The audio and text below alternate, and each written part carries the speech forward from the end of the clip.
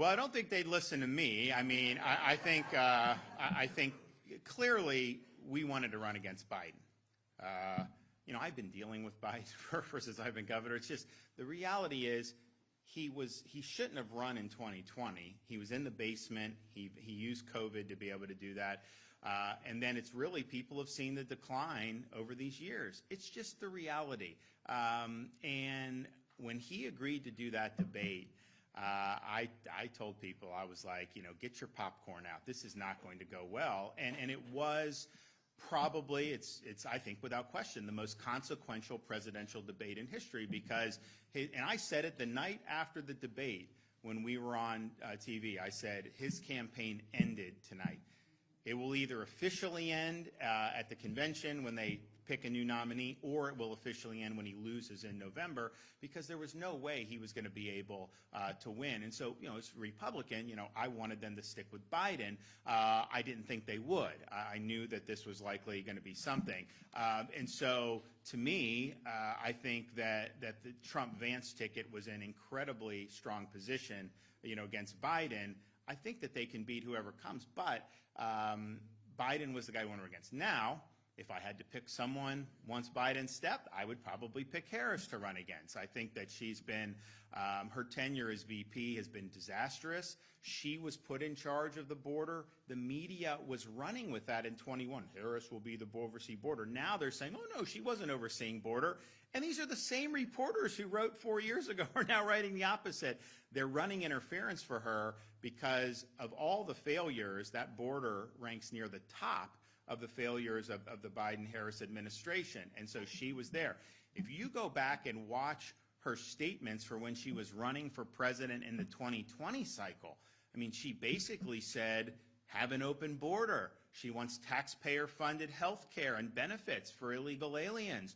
She doesn't think you should deport somebody that's come. So she is, as bad as Biden's been on that, she's even more liberal on that. You look, she wanted to get rid of all private health insurance and said, let's just junk all that? Really? How many of you want the government to take away your private health insurance? I don't think a lot of Americans want to sign up to that. She supported confiscatory tax increases. She's been weak on crime. Now she's saying she's a prosecutor, she's tough. She was raising funds to bail out the rioters during the BLM riots in 2020. Are you kidding me? She was saying that Minneapolis needed to do more of what was going on.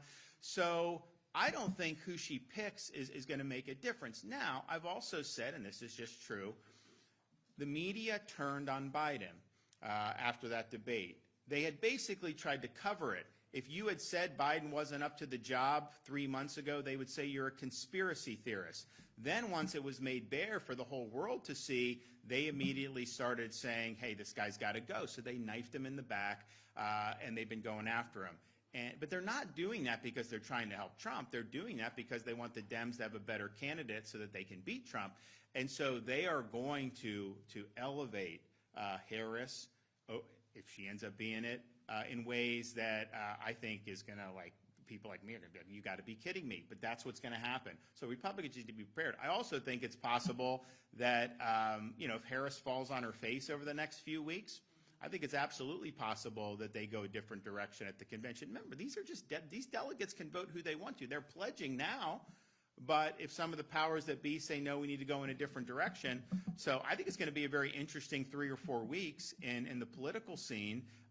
We preferred to run against Biden. I think that was clear because the majority of the, I think before he dropped out, I think it was like 85% of the public thought that he was not equipped to serve four more years as president. I mean, I don't see how you can win an election if that's the case. And partisanship aside, because I disagree with Biden on his policies, the reality is if someone that was performing at Biden's cognitive level came to me as governor and was applying to be appointed to like a mosquito control board, I would say no. I would say no. You're just not, like, I'm going to go somewhere else. Like, and that's just the reality. So that's what they were facing.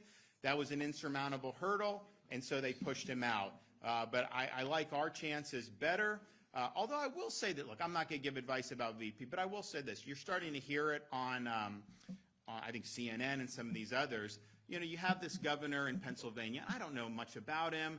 I mean, I saw that he was saying, like, you know, he was supporting gender ideology and a lot of things that I know I wouldn't go for.